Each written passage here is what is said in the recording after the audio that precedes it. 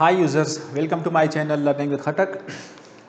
अभी तक अगर आप लोगों ने इस चैनल को सब्सक्राइब नहीं किया तो काइंडली इसको सब्सक्राइब कर लें और अपने सर्कल में शेयर कर लें, क्योंकि इस पे हम डिफरेंट किस्म्स के वीडियो लेक्चर्स रिकॉर्ड कर रहे हैं। Programming fundamental using C++, data structure using C++, Python programming, artificial intelligence, data science and machine learning using Python and so on.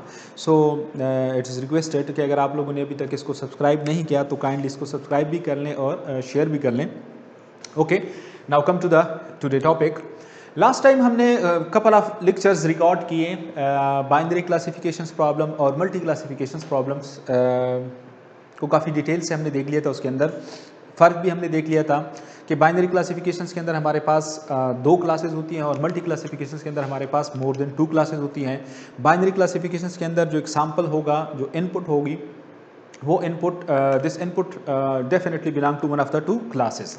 Similarly, in multi classifications problem, the input or the samples will belong to one of the multiple classes. लेकिन एक sample एक वक्त में सिर्फ एक ही class से belong करेगा, multiple classes से वो बिलोंग नहीं कर सकता। ओके, फिर हमने डिफरेंट एग्जांपल्स भी देख ली, एप्लीकेशंस भी हमने देख ली कि फॉर एग्जांपल अगर आपने न्यूज़, फेक न्यूज़ या न्यूज़ को डिटेक्ट करना है कि ये न्यूज़ किस कैटेगरी से ताल्लुक़ रखता है, क्या वो पॉलिटिक्स के हवाले से कोई न्यूज़ है, फिल्म इंडस्ट्री के हवाले से है, स्पोर्ट्स के हवाले से है, कल्चर के हवाले से है, क्राइम के हवाले से है या इवन रिलीजियस के हवाले से है, तो उस न्यूज़ को आपने प्रॉपरली एक कैटेगरी के अंदर रखना होता है। तो ये हमारे पास मल्टी क्लासिफिकेशंस की एग्जांपल्स थी। इसी तरह आपके पास एक बास्केट गिवन है जिसके अंदर multiple types of fruits given है और आपने क्या करना है, एक फ्रूट उठाना है और आपने रिस्पेक्टिव क्लास के अंदर इसको रखना है। सिमिलरली आपके पास एक डेटा सेट गिवन है जिसके अंदर आपके पास अल्फ़ाबेट्स गिवन है और आपने क्या करना है, उन अल्फ़ाबेट्स को आपने प्रॉपरली जो वावल्स होते हैं, 5 वावल्स होते हैं, 5 क्लासेस आपके पास बन गई। आपने एक वावल उठाना है एज अ इनपुट और आपने फिर क्या करना है, उसको आपने ये देखना है कि ये किस क्लास से बिलोंग करता है। अगर वो फॉर एग्ज़ाम्पल ए क्लास से बिलोंग करता हो तो आपने उसी रिस्पेक्टिव क्लास के अंदर रखनी है, इसी तरह एंड सो ऑन।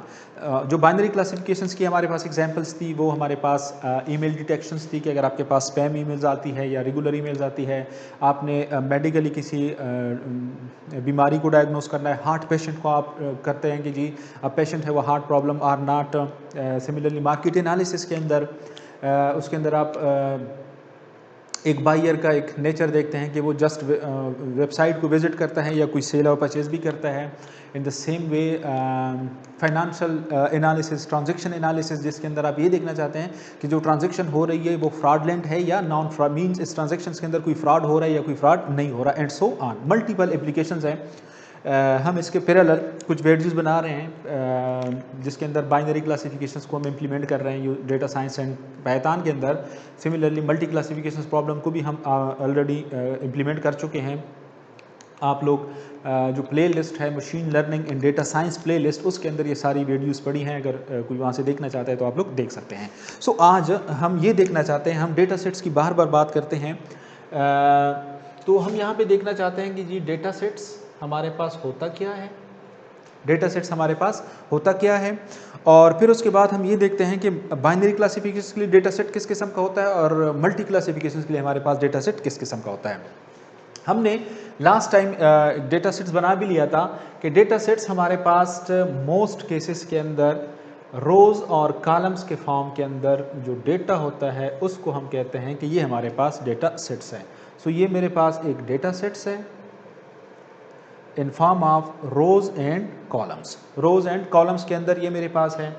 अच्छा, अब ये मेरे पास कॉलम्स होते हैं जिसमें हमारे पास मोस्टली जो डेटा सेट्स के फीचर्स होते हैं वो हमारे पास होते हैं, और ये हमारे पास नंबर ऑफ रिकॉर्ड्स होते हैं, और यहाँ पे ही हमारे पास एक क्लास और लेबल, ये भी हमारे पास। अब इस डेटा सेट्स के अंदर हमारे पास टोटल कितने फीचर्स हैं, 1 2 3 4 एंड 5, और इसके अंदर हमारे पास ये जो 4 हैं ये हमारे पास फीचर्स, और ये हमारे पास क्या होता है, जो लास्ट वन कॉलम है इसको हम कहते हैं टारगेट क्लास या लेबल क्लास। सो ये मेरे पास डेटा सेट्स। अच्छा, अब इस एक रिकॉर्ड को मैं कहता हूँ कि ये मेरे पास इनपुट भी है, इसको मैं ऑब्जर्वेशन भी कहता हूँ और इसको मैं सैंपल भी कहता हूँ। अच्छा, अब दूसरी एक चीज़, मेजर चीज़ जो आप लोगों ने याद करनी है, जो ये फीचर्स यहाँ तक हैं, इसको हम कहते हैं कि ये मेरे पास डेटा और ये मेरे पास क्या है, लेबल। सो मैं अक्सर दो टर्म्स को इंटरचेंजेबली यूज़ करता हूँ, डेटा विद लेबल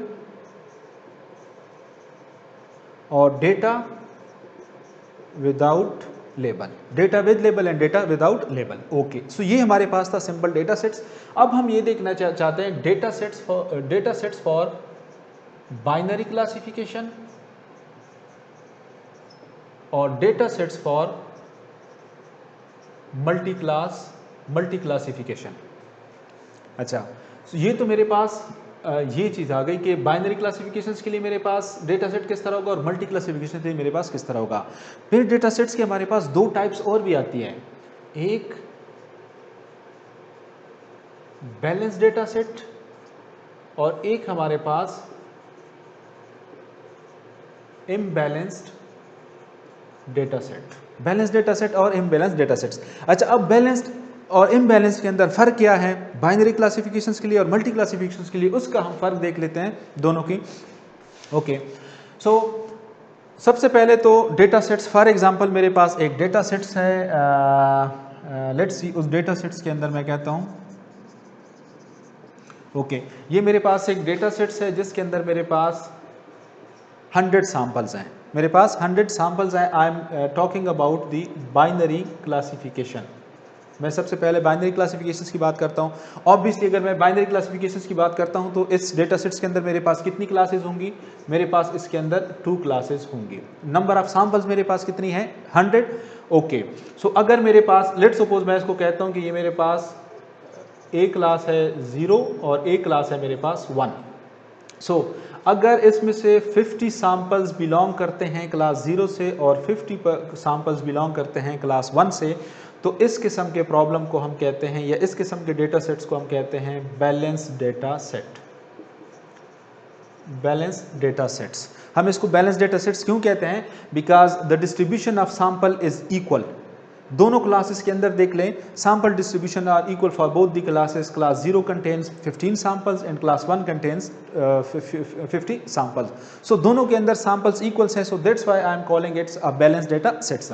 ओके, अगर अब मेरे पास क्लास 0 के अंदर है लेट सपोज 20 सैंपल्स और क्लास 1 के अंदर मेरे पास है class 80 samples, total number of samples देख लें वही 100 है और दो ही क्लासेज है मेरे पास 0 एंड 1। लेकिन इस दफ़ा मैं इसको कहता हूँ imbalance data set. Imbalanced data set. Why? Because if you look at this, the distribution of sample is not equal for both the classes. Class 0 contains 20 samples while class 1 contains 80 samples. So इसको मैं कहता हूँ imbalanced data sets for binary classification, for binary classification problem. ये balanced data sets for binary classification problem.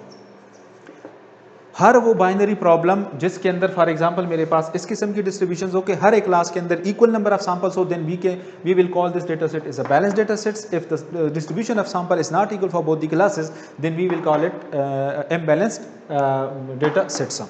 Okay, same अब मेरे पास multi classifications के लिए, multi classifications के लिए भी okay, if I right this,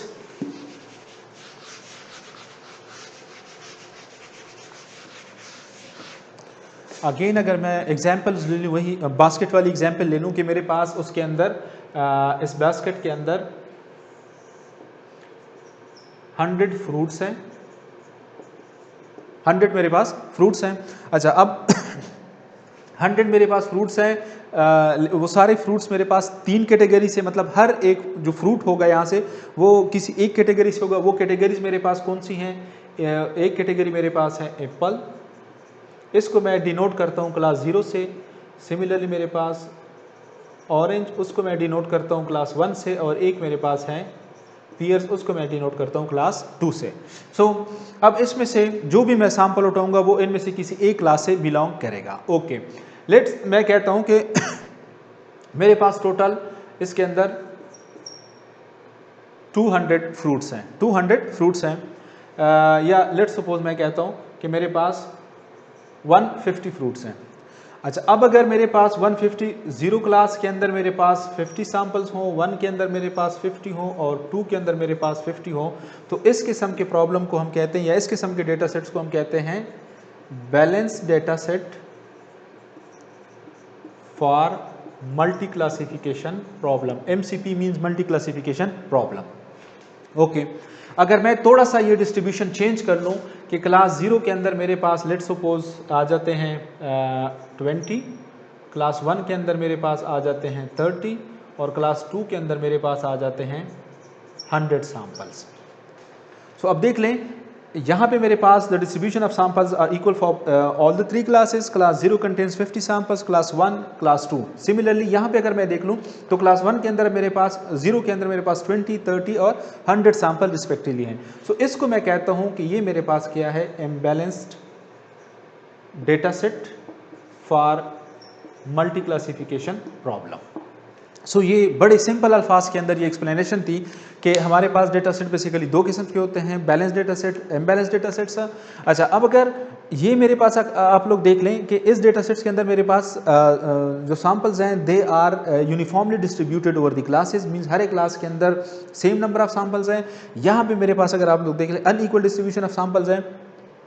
अब जब हम ये डेटा सेट्स किसी एल्गोरिथम्स को या क्लासिफायर को फीड करते हैं तो याद रखें कि जो इम्बैलेंस डेटा सेट्स होता है उसको टैकल करना किसी भी क्लासिफायर के लिए थोड़ा सा आसान काम नहीं होता।